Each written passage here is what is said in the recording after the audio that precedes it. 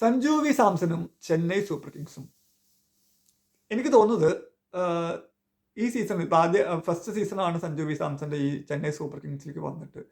പക്ഷെ ചങ്ങായി പുതിയൊരു ഫ്രാഞ്ചൈസിയാണ്. അതിനുള്ള ബുദ്ധിമുട്ടൊന്നും ആള് കാണിക്കുന്നില്ല. ആൾ ആളുടെ രീതിയിൽ സ്വതസിദ്ധമായ ശൈലി കളിക്കുന്നു. ആ കളി നമ്മൾ കണ്ടു തുടങ്ങിയത് വേൾഡ് കപ്പ് മുതലാണ്.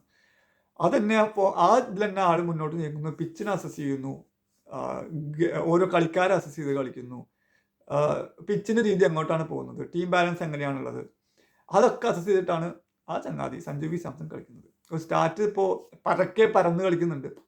സഞ്ജു ചെന്നൈ ടീം സഞ്ജുവിനെ എന്തോളം ഡിപ്പെൻഡ് ചെയ്തിട്ട് എന്നുള്ള കാര്യം നോക്കുമ്പോൾ ഇപ്പം ചെന്നൈക്ക് 10 പോയിന്റാണുള്ളത് എന്ന് പറഞ്ഞു കഴിഞ്ഞാൽ ചെന്നൈ 5 മത്സരങ്ങൾ ജയിച്ചു. 5 മത്സരങ്ങൾ ജയിച്ചു ചെന്നൈ. അതിൽ 10 പോയിന്റ് ഉണ്ട്. ഈ ജയിച്ച 5 മത്സരം എടുക്കുകയാണെങ്കിൽ അതിൽ 4 മത്സരവും സഞ്ജു വി സാംസൺ 40+ റൺസ് സ്കോർ ചെയ്തിട്ടുണ്ട്.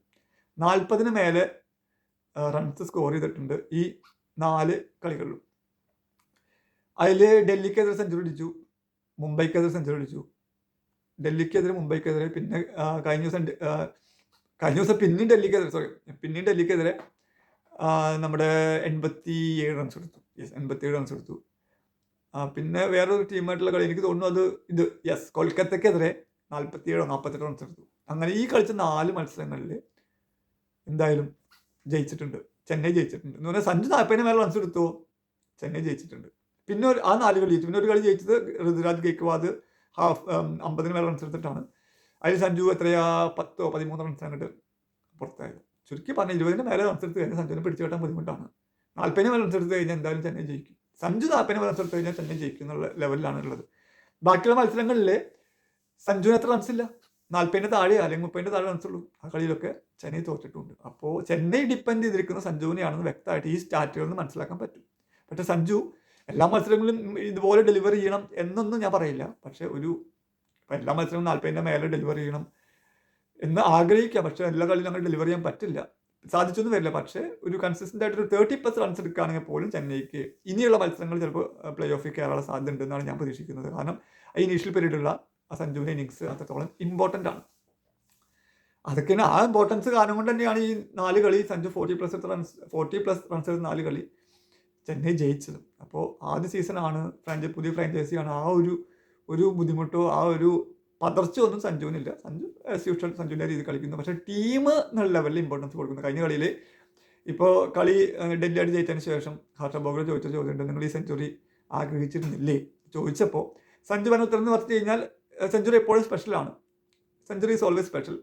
പക്ഷേ എനിക്ക് സെഞ്ചുറി അടിക്കാൻ വേണ്ടിയിട്ട് ഓപ്പോസിറ്റ് നിൽക്കുന്ന എന്ന് പറഞ്ഞു കഴിഞ്ഞാൽ കൂടെ കളിക്കുന്ന സ്ട്രൈക്കർ ആ കളിക്കാരൻ നല്ല ടച്ചിൽ കളിക്കുമ്പോൾ എനിക്കത് ആ കളിക്കാരോട് പോയി എനിക്കൊരു സെഞ്ചുറി അടിക്കാൻ വേണ്ടിക്കൊരു സിംഗിൾ തരുമോ എന്ന് ചോദിക്കാൻ പറ്റില്ല. അപ്പോൾ സഞ്ജു വി സാംസൺ ഉദ്ദേശിച്ചത് ടീമാണ് ഇമ്പോർട്ടൻറ്റ് എന്ന് പറഞ്ഞാൽ സ്വന്തമായിട്ടുള്ള ഇന്നിങ്സിനേക്കാൾ ടീമിനെ ജയിപ്പിക്കുക, ടീമാണ് ഇമ്പോർട്ടൻറ്റ്. അത് കാരണമാണ് സഞ്ജുവിന് പറഞ്ഞത്.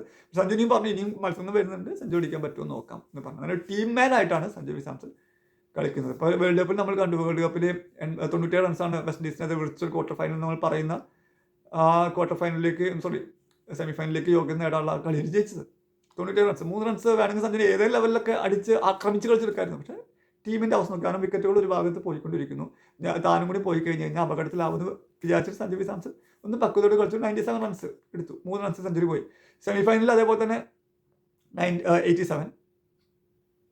87, പിന്നെ ഫൈനലിലും 87 റൺസ്, ഒരു 13 റൺസിലൊക്കെയാണ് സെഞ്ചുറി പോയത്. അപ്പോൾ വേണമെങ്കിൽ സഞ്ജുവിന് അത് ആദ്യം ബാറ്റ് ചെയ്തിട്ടായിരുന്നു. ആദ്യം സഞ്ജു വേണമെങ്കിൽ ആക്രമിച്ച് കളിച്ച് വേണമെങ്കിൽ സെഞ്ചുറി അടിക്കാറുണ്ട്. പക്ഷേ ആ സമയത്ത് ആക്രമിച്ച് കളിച്ച് കഴിഞ്ഞാൽ അവിടെ ടീമിൻ്റെ ബാലൻസ് പോയാലോ എന്ന് വിചാരിച്ച് സഞ്ജു ഒന്ന് കരുതലോട് കളിച്ചു. അതോ കളി തന്നെ ഇപ്പോൾ തന്നെ ചെന്നൈയിലും മുന്നോട്ട് കൊണ്ടുപോകുന്നു. അതിന് സഞ്ജുവിനൊരു കാരണം കുറച്ച് മാസങ്ങളായിട്ട് സഞ്ജു അങ്ങനെ ഒരു വിഷനോട് കൂടിയിട്ട് ടീമിൻ്റെ സന്തുലിതാവസ്ഥ എങ്ങനെയാണ്, പിച്ചിൻ്റെ അവസ്ഥ എങ്ങനെയാണ് കളിക്കുന്നുണ്ട്. അതിനൊരു ഗ്രേറ്റ് സല്യൂട്ട് ഉണ്ട്. ഇതുപോലെ സഞ്ജു മുന്നോട്ട് പോകട്ടെ. സഞ്ജുവിൻ്റെ ഇന്നിങ്സ് വളരെ പ്രധാനപ്പെട്ടതാണ് എന്നാണ് ഈ സ്റ്റാറ്റുകൾ സൂചിപ്പിക്കുന്നത്.